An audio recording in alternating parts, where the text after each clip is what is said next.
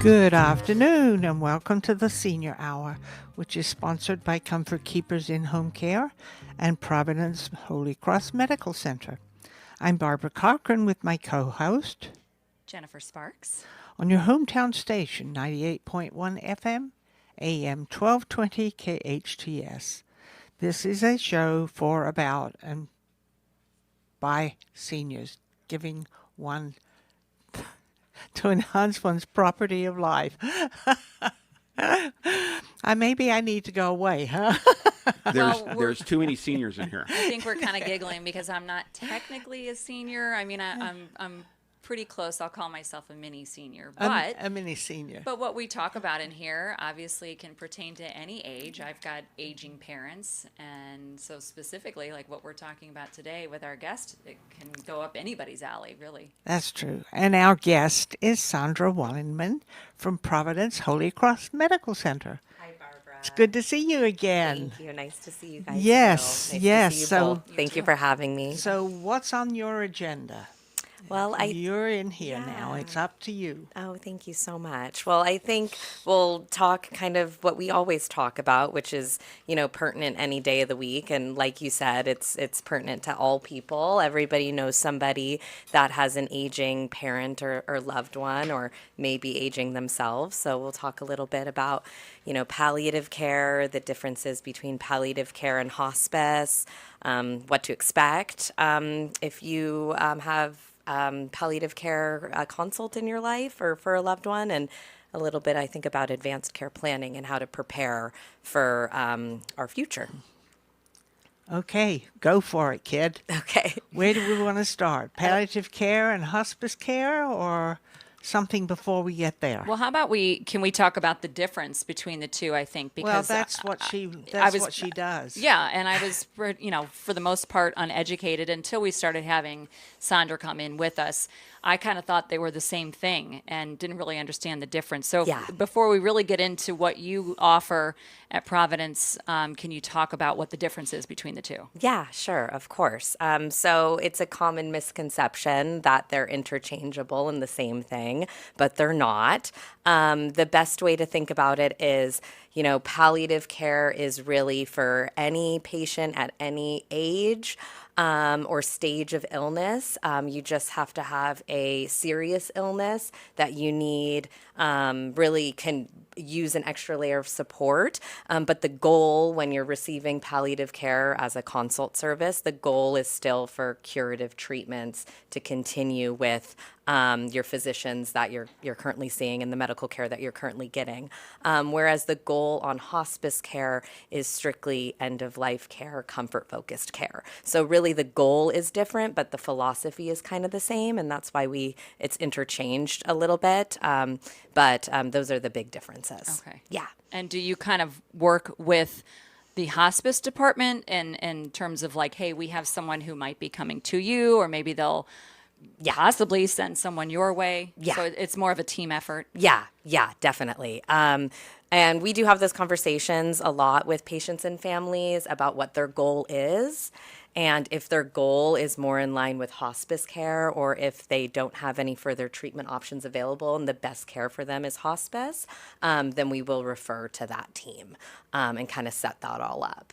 Okay. Yeah. So, where do you have palliative care? So you could really receive palliative care anywhere. We are a medical specialty, just like cardiology or nephrology. And so you might get a consult with palliative care if you're in the hospital, but also we have a home-based palliative care group that sees patients when they're in their home. Some hospitals even have like a clinic that you could come into the clinic and meet with your palliative care physician. So really we try to go where the patient is and continue to support them. So it's not in one specific place. Right. 'Cause I was thinking of possibly the home. Yeah. But it can be the home. It can, yes. Okay. And that's always really good because the goal is obviously to always, stabilize a patient and get them to where they want to go home. And so to continue that supportive care and to continue to talk about the goals of care and to follow that patient and do symptom management, it's really going to increase their quality of life overall. Yeah. Well, I can refer to that because when Russ was so bad, Dr. Dorio came over, and up to that point, I had comfort keepers coming in, Oh, yeah. on a 24-hour basis. Oh, that's nice. But then he had to have more severe work done on him. He had to have a drip, Oh, yes. and that's something that I couldn't do. Right.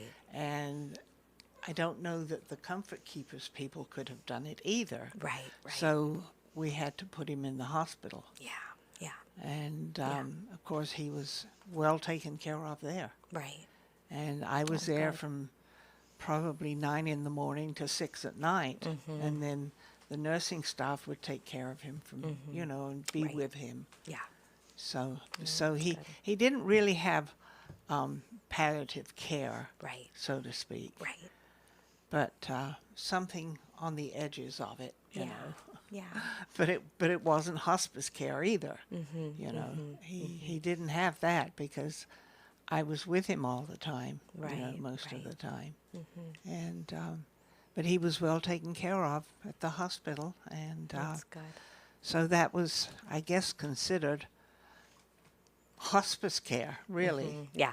You know, At the a end. certain form of it. Right, right. So, Yeah. but Yeah, especially once he's in the hospital Yeah. at Yeah. that point. They're helping him, around the clock. Be comfortable. yeah, Yeah. well, they would always come in and change whatever things they had, whatever Yeah. bottles of something or Right. plastic bags full of something, It's a lot. Yeah. and which I couldn't do at home. Yeah. you Sure. know. Sure. And why spend the money to have someone come in and do it? Yeah. Although we still do have long-term care insurance, and that took care of an unbelievable amount of the cost of taking care of him. And I strongly suggest anyone and everyone to get long-term care insurance. I really do, Yeah. because it really pays. Well, speaking of insurance, Sondra, and I don't know how much into detail you can go with this, but is this something, and forgive me because I don't know, is this something that you would have to run through the insurance company It and is, I guess, yeah. for lack of a better word, prove that your patient needs Yeah. your assistance? Yeah.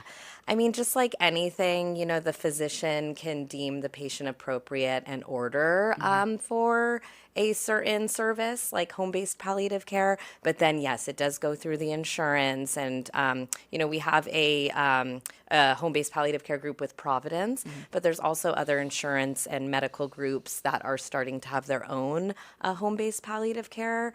So it is being covered more and more, and groups are sprouting up in different medical groups. and That's great. stuff. Yeah, which is a good thing. My home long-term care insurance is MetLife, and I've had it for years. Yeah.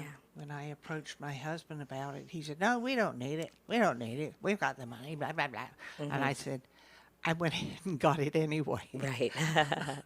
Yeah. I really did, and I'm so glad I did because Yeah. it really paid off. Yeah. Oh, that's good. I mean, it wasn't expensive when I got it because we were both much younger. Right. You know. Right. Right. I suggested it to him before he got sick, and which I'm so glad I did, and I still pay for it yearly, and because I know it'll help with my expenses too, because I don't want to use up all of my investments to pay for my medical health. Right. For sure. You know, when long-term care insurance will really, really pay, really does. Well, and you want to be able to help your family members too. You don't want to put too much on. That's those, right. Because the family Right, members right. would be the ones who would be down here, although the family lives in Palmdale, but they would be down here more to take care Sure. of me. Sure. You know, so long-term care insurance, it came in handy for us. We're Really, talking really with handy. Sondra Wollenman from Providence Holy Cross Medical Center. She's a nurse practitioner, and we're specifically talking about palliative care, which is what Sondra is the expert in. And I want to talk a little bit about, other than the medical part of it. Obviously, you're giving medication and whatever treatment the patient would need. But do you also focus a little bit on their emotional support, because certainly when you're going through something Yeah. like a terminal illness, Right. you need something other than just that Yeah. medication. So do Right. you guys offer Yeah. that kind of outlet for them? We do. So our service is really about whole person care. So that's the physical, like you touched on, the symptom management and talking about different medical treatments and what that might mean for them for their lives. But it's also the psychosocial. So who's their family? How are they doing with their mental health? Do we need to get social work involved? The spiritual. So we do a lot of collaboration with spiritual care, our chaplains.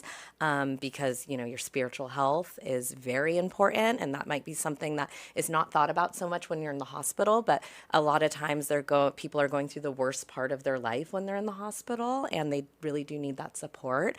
And then the last thing we do is advanced care planning. So we talk about their medical wishes for the future, and we encourage them to document those medical wishes for themselves, but also as a direction for us in healthcare and also for their families. If they were to come against a serious condition, what would they want for themselves and for Right. their lives? Yeah. And I would Well, think that that would be even more difficult Yeah. to deal with the emotional part, not to Yeah. negate what they're physically going through, Yeah. but you can kind of address that with, okay, here's our Yeah. here's our medical treatment, here's the medicine that you're going to take. But when you get into how someone is feeling emotionally and they're dealing with something that they've not had to face, or maybe that they've faced for years, Yeah. it can really bring everyone down and, Yeah. and bring the family down. So you are Yeah. able to talk with the family members as well and kind of give them support too. Yeah, Now, we really say that we meet people where they're at. So a lot of our area of medicine is really, meeting people, assessing, where they're at, what they're willing to hear, what they need to hear, what's important for them, and then meeting them where they're at and supporting them through that time. So you really have to be in tune to people's emotions and what they're going through and be sensitive to that. So Well, do you have psychologists available? we do. We have a psychiatrist at the hospital. So that's a good thing. And we do consult him sometimes if there's specific medication management. We do have a social work, so they can refer to like outside psychologists for talk therapy and things like that. We have other specialties like a nurse navigator for oncology patients to help with different resources. So we do a lot of that, trying to connect people with the resources that they need to support them. So really they can, have a good quality of life, be their best selves, and continue on to receive their treatments for cancer or whatnot if that's their goal. Well, I'm talking about patients staying at home or even in the hospital get Yeah. depressed. Yeah. Yeah. And It's hard. is there someone, a psychiatrist or a psychologist that can come in and speak with them and see them physically? Yeah. Yeah. There is Because that. that's very important. Yeah. I mean, Yeah. it's fine talking on the phone, but a psychologist or a psychiatrist can tell a great deal Yeah. just by looking at a person Right. and watching the person's movements, and Yeah. can really be assisting there. Right. Right. So, do you have that availability? We do, which is Okay. good. So Yeah, because to me Yeah. that's critical. Mhm. I mean, Me too. I've been through psychotherapy myself due to my upbringing and, all the way through up to where I Right. am now. But I Right. haven't been. I'm fine head-wise. That's good. Thank It takes some goodness. work sometimes. It does. It took a lot of It work does, for which me is because, okay. Yeah. growing up during the Second World War and the Right, effects right. that it had on me that Oh, yeah. I didn't realize Right. Until later. Yeah. until later. Because Well, and you were so young too Right. when Well, it that's happened. true. Did you say you were five or No. 6? well, I came here when I was 10 and a half, Okay. 1947. So I was very young during the war, the oh, actual dear. war Yeah. itself, because it didn't end until 45. Right. Was it? Right. Yeah, it was 45. 45. Yeah. And my father was in the Royal Navy, and I very seldom ever saw him. So I had no real male input at all. Yeah. And that's what really Right. not destroyed me, but didn't help me as I was growing up and getting older and Sure. going to high school and college and meeting men. Right, You know, they were always right. You know, that's the way that I existed then. They were always right. I was never right. So Well, in that generation, the mindset was different yes, too. For sure. it was. Yeah. And being the age I am now, I am so thankful that I had that Yeah. access, Right. Me too. because it really, really unscrewed my head, Yeah. so to speak. It Yeah. really did. It helps to talk to people. I mean, think about how you feel after you talk to a good friend, you know, Yeah. someone who's known you for a long time and someone Yeah. that you can trust, and you can tell them whatever silly thing is going on in your life, and Yeah. and they're not going to judge you Right. or laugh at you too hard, you know, and it's a good Yeah. it's a good space. So Yes. imagine that when is. you have that through Providence Holy Cross and Sondra's team, you know, that they're there to talk to you and just hear you out, just let Yeah. you vent, you know, Yeah. you're having a day and right. Yeah, they're and there. like I said, seeing a physician, I mean a psychiatrist or a psychologist in person, Yeah. they can really, Yeah. because so many of them themselves have gone through Right. this kind of thing, Right. and they have learned through living it and made the decision to go into that practice, Right, which really helps patients a great deal, because they've been there and they've done that, Right. and they know how they responded and how other people may respond. You know, it really makes a big difference. Really Agreed. does. Agreed. And so I'm glad to hear that Providence offers that too. Yeah, it's definitely a team approach at our hospital. And, you know, when we're involved, one of our roles is to connect those dots and figure out what a patient needs and consult different specialties and make sure that, you know, we're really, you know, taking care of the patient for what they need at that moment. So, Yeah, well, looks Yeah. like we need to take a break, doesn't it? No break. Well, Mike has a question here. Is palliative care forever? I know you kind of were briefly talking about how you Yeah. can kind of Yeah. float in and out of it. Yeah. But is that just this Yeah. is where you are now and Right, for the right. remainder of your life will keep you in this palliative care? as long as you have a need. So specifically when you are, you know, enrolled in palliative care and you accept that service, you most likely have a chronic, life-limiting, serious illness that you could live for many years. And we can do symptom management and help with your quality of life. There's levels when you get on the outpatient side, and the home-based palliative care people will assess that. So there's like level 1, 2, 3. So if you're very stable and don't need a lot of support, they'll maybe check in. A physician or an NP will go to your house maybe like once every 3 months.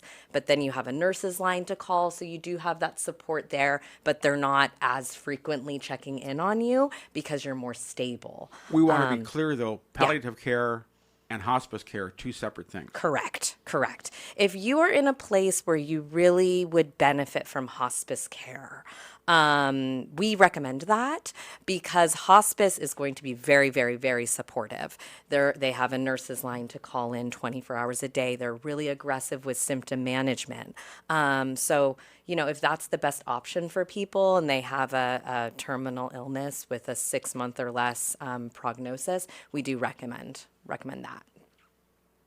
Okay. Well, we're gonna send it to a break here. We've got a lot more different angles that we want to talk about with Sondra Wollenman from Providence Holy Cross Medical Center. You're listening to the Senior Hour on KHTS FM 98.1 AM 1220, your hometown station. Welcome back to the Senior Hour. I'm Barbara Cochran with my co-host Jennifer Sparks on your hometown station, 98.1 FM, AM 1220 KHTS. And we're speaking with Sondra Wollenman of Providence Holy Cross Medical Center. Okay, let's continue. This is a fascinating conversation we're having, really is, and very informative. Thank you. So what would you like to start with now? Well, I think we were talking a little bit on the break. Specifically, one of the areas that we really focus on in palliative care is making sure our patients have done their advanced care planning.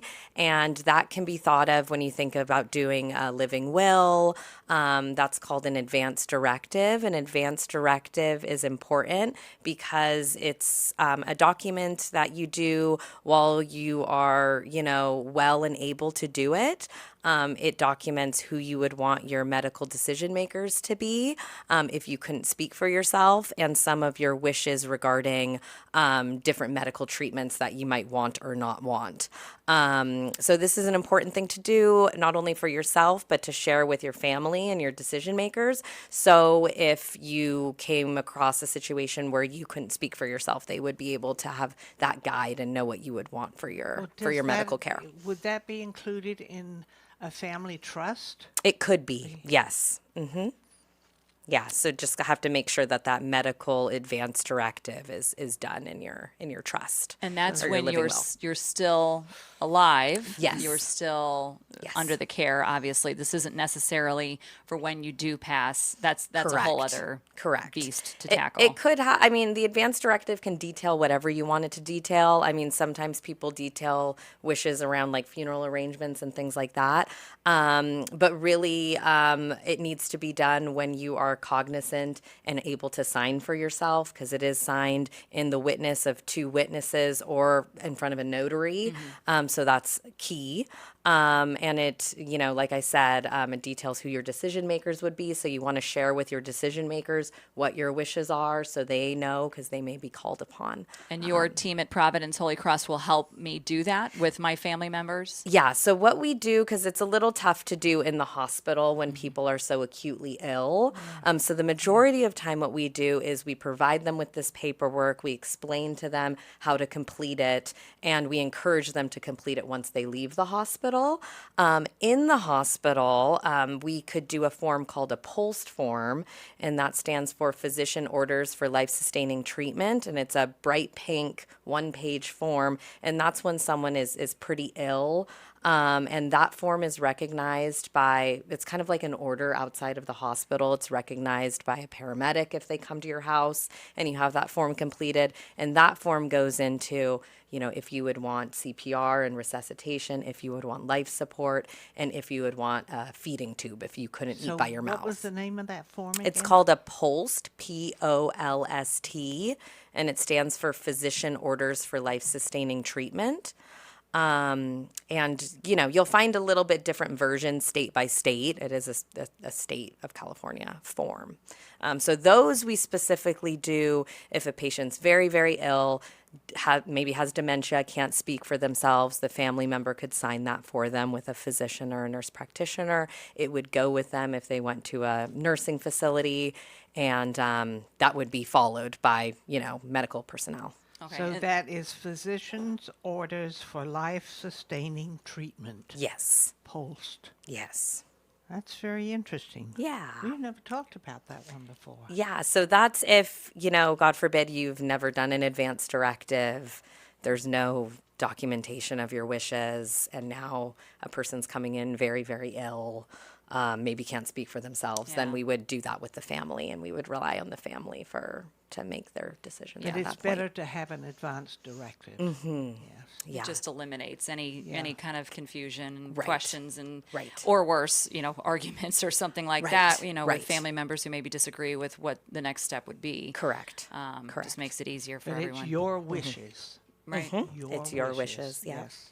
So we always try to make that clear that, you're speaking for your loved one. If they were here and they could speak for themselves right now, what would they This say? is what they would say. But sometimes, emotions get in Yeah, the way sure. and things like that. Yeah. So. And that's really, really important for family members to have. It's Yeah. an advance directive. Right. That makes a lot of sense. It really does. Yeah. Yeah. Takes the pain out of it, Yeah. the figurative pain. Yeah. We're talking with Sondra Wollenman, nurse practitioner at Providence Holy Cross Medical Center, and we're talking specifically with Sondra about palliative care.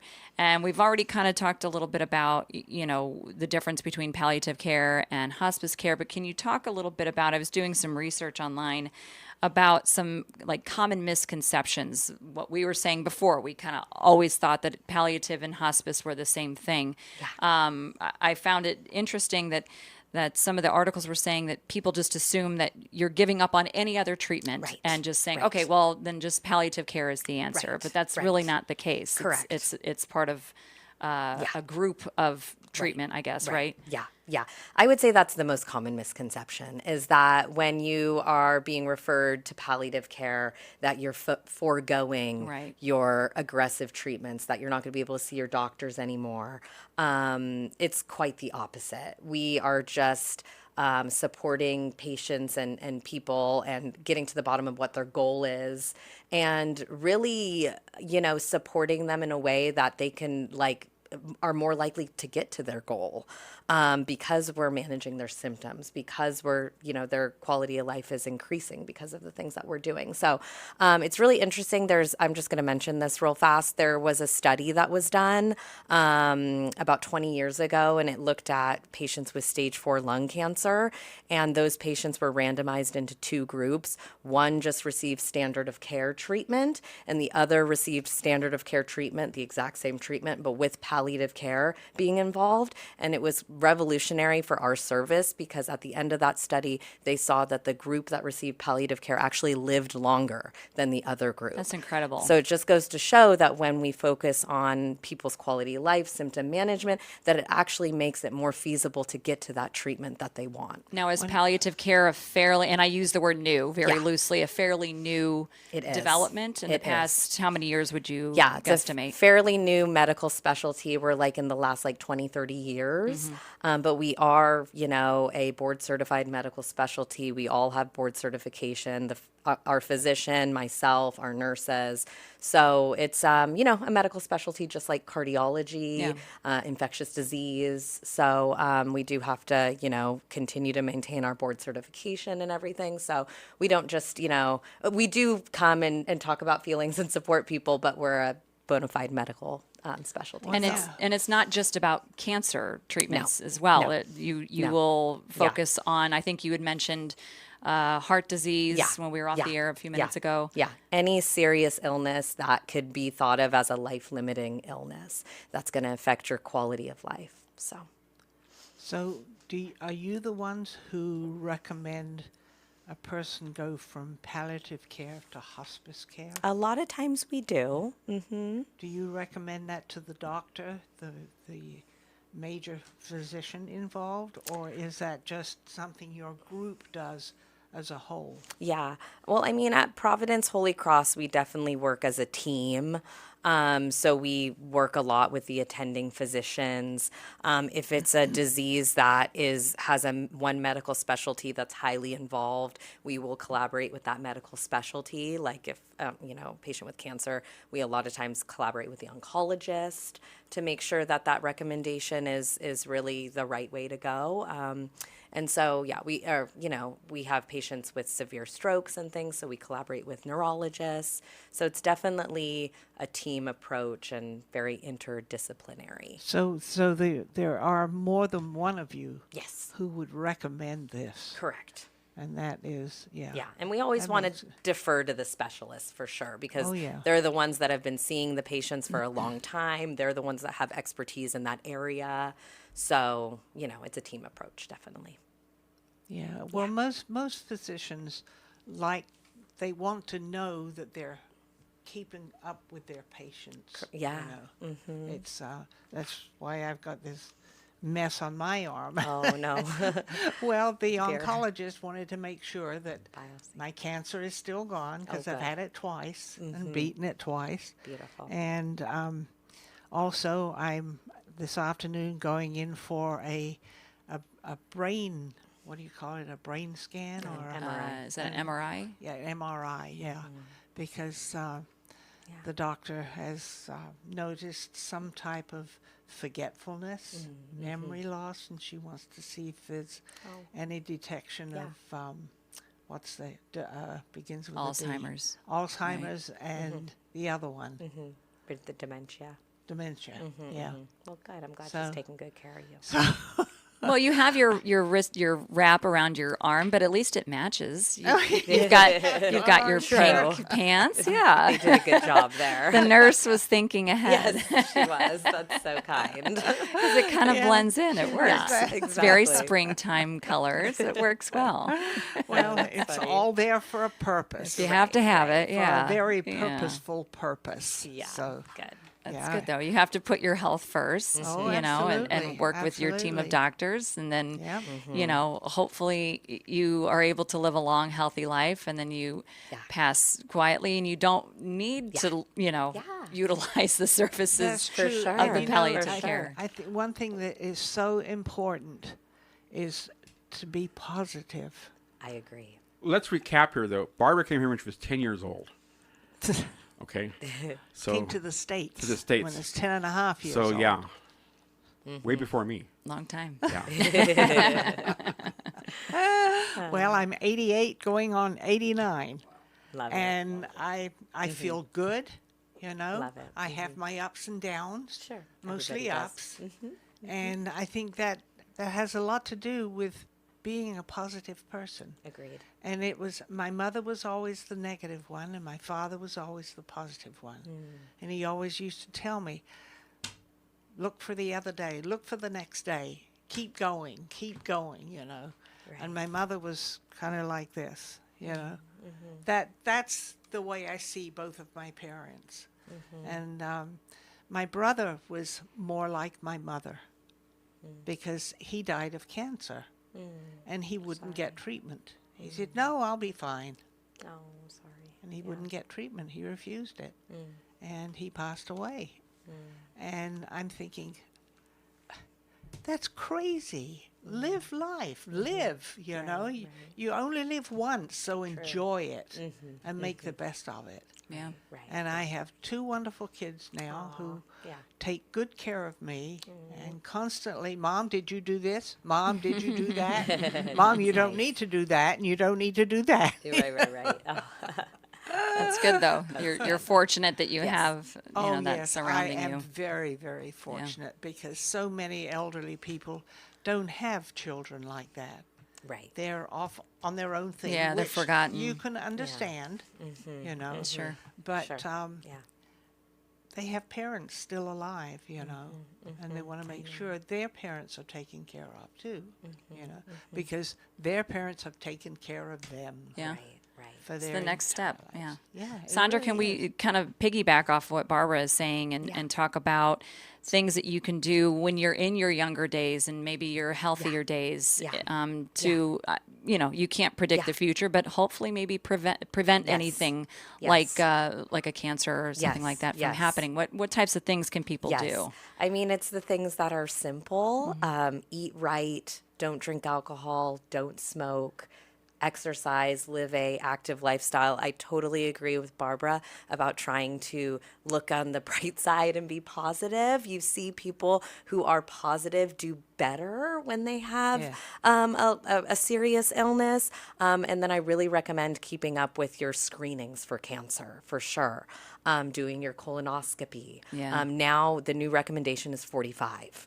And the reason for that is we are seeing younger people being diagnosed with colon cancer. Now, can we dig into that a little bit? Just a little side note, is that mostly because of how we're eating and what we're eating? I would say, I mean, if we're making an uneducated guess. yeah, I would say, poor diet. Yeah. We need to eat more fruits and vegetables, less like highly processed Yeah. food, less like red meats all the time, high fat content foods.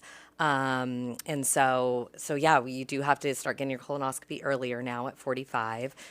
Doing your mammograms, that's important, because there are some diseases that we can, do these things for. There's a lot of diseases that we can't, so at least the ones that we can, we need to do those things. Yeah, when something's preventable. Yeah, yeah. And we were hearing a lot of stories coming out of COVID, maybe not so much anymore because thankfully it's pretty in the rearview mirror, but we were hearing a lot that people obviously could not get to a doctor. Right. And were foregoing any kind of update or treatment or right. whatever, even just a basic appointment with their doctor. Right. And then, fast forward 2 years into COVID, and now there's, problems that are blossomed. Yeah, exactly. And you don't want that, you know, Exactly. to try and stay ahead of things. And then, like you said, just seeing your doctor, if you're healthy, seeing them at least once a year, getting that routine lab work, a physical, having a physician that knows you, and knows you year after year, that can detect things.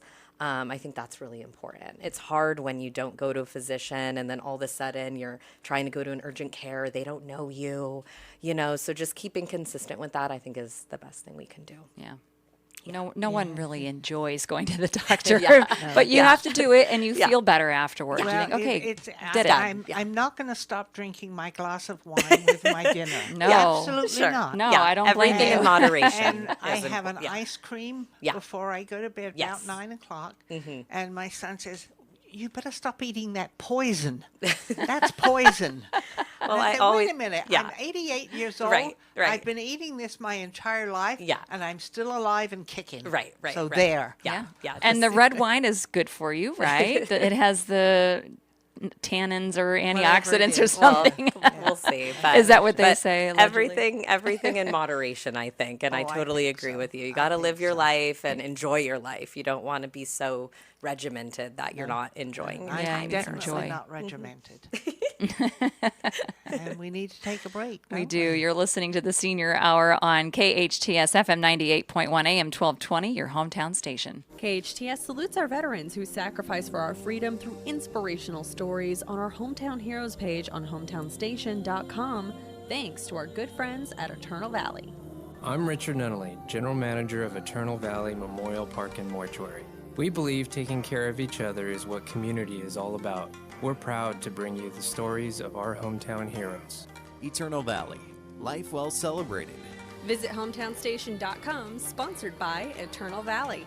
If you need help at home or at the office, call Made For You. Made For You is a locally owned, bonded, and licensed cleaning service with over 20 years of experience. All employees are vetted for your protection. No need to buy products or equipment. The Made For You staff comes complete with everything needed to make your home or office cleaner than ever. Hire Made For You one time, as needed, or an ongoing basis. No room is off limits. Laundry and ironing services are also available. Call Made For You for a free estimate. 255-2922. That's 255-2922. If you're in need of physical therapy, check out Focus Physical Therapy. Owner and therapist Adam Laraway has the latest in cutting-edge technology, introducing the Newbie, the ultimate in neuromuscular re-education.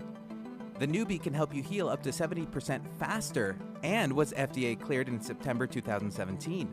The Newbie uses pulse direct current, which mimics the same neurological signals the brain uses and allows the therapist to identify those signals with 100% accuracy.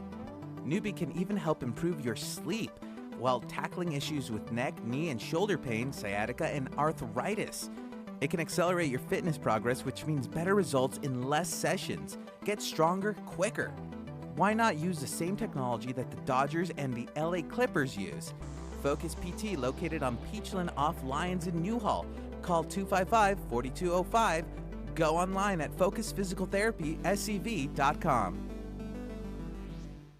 Aloha, friends! Go check out Honu Coffee, home of the best cold brew coffee. What makes their coffee special is how their organic coffee beans are infused with nitrogen to create a smooth and delicious cup of coffee. You'll also find traditional bold coffees and island-inspired signature drinks. They're the perfect place to catch up with friends or just relax with your favorite cup of joe. Honu Coffee on Lyons and Walnut in Newhall. Stop by and say aloha.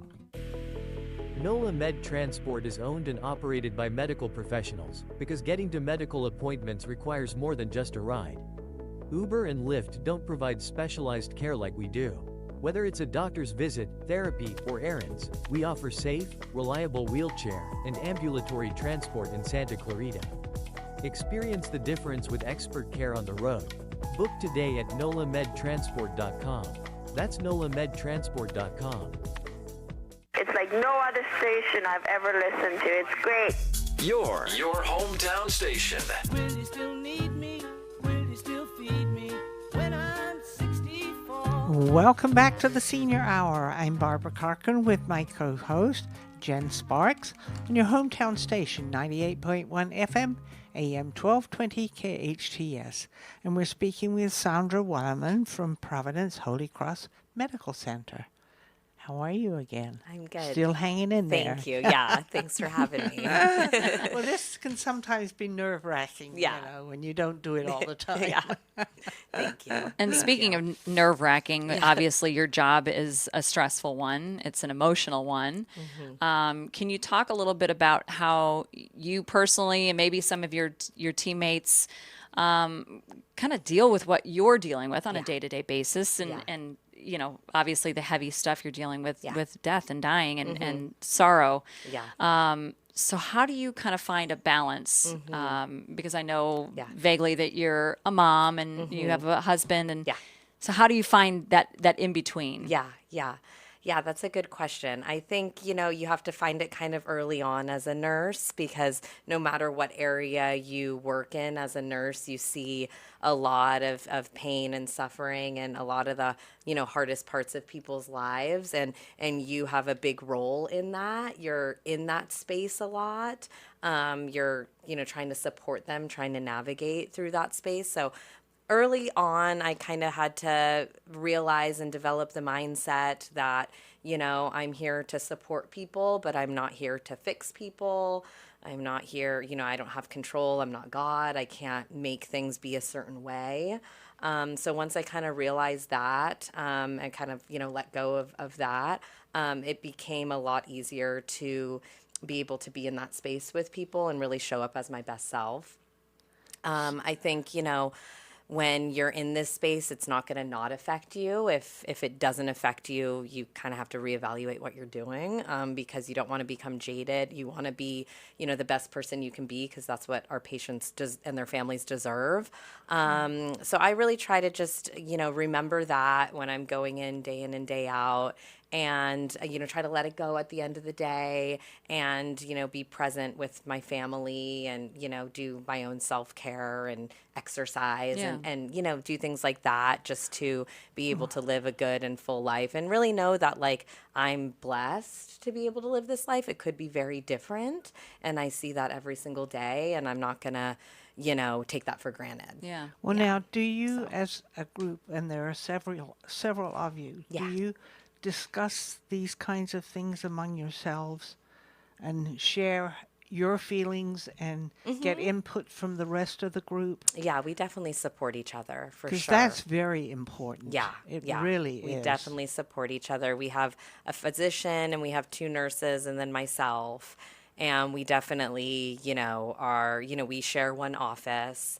So we are always in there together, supporting each other, talking about hard cases, and, you know, in all honesty, like, you know, laughing and enjoying, you know, each other's company, and you know, just supporting each other. Well, does any one of your group ever say to you, "You're looking depressed. Are you doing okay?"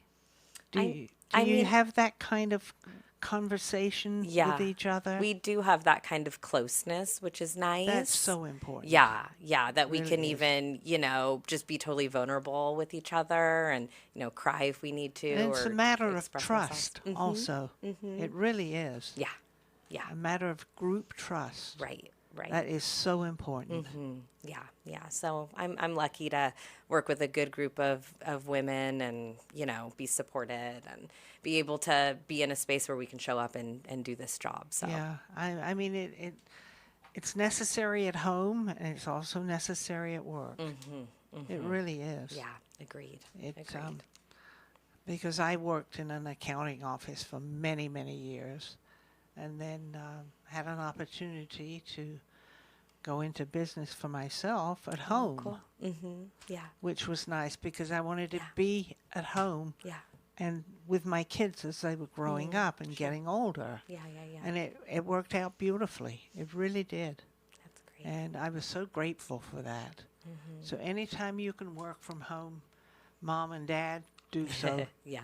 Especially if you have children, because it's well worth it. Yeah. It really is. That's good. You not only get to see them grow up, but you can help them if they have any problems, you know. You're always there for them. Right. So very, very important. Yeah.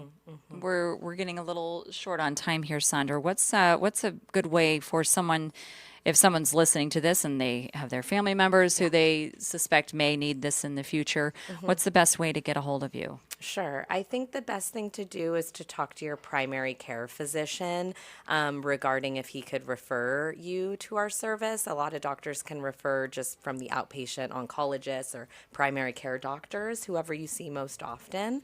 And then, like we had talked about, it needs to be run through your insurance and things like that. So really, that's the best way. Perfect. All right. Well, thank you once again, Sondra Wollenman, nurse practitioner at Providence Holy Cross Medical Center. We are sponsored by Providence Holy Cross Medical Center and Comfort Keepers in Home Care. Now go out and enhance your quality of life.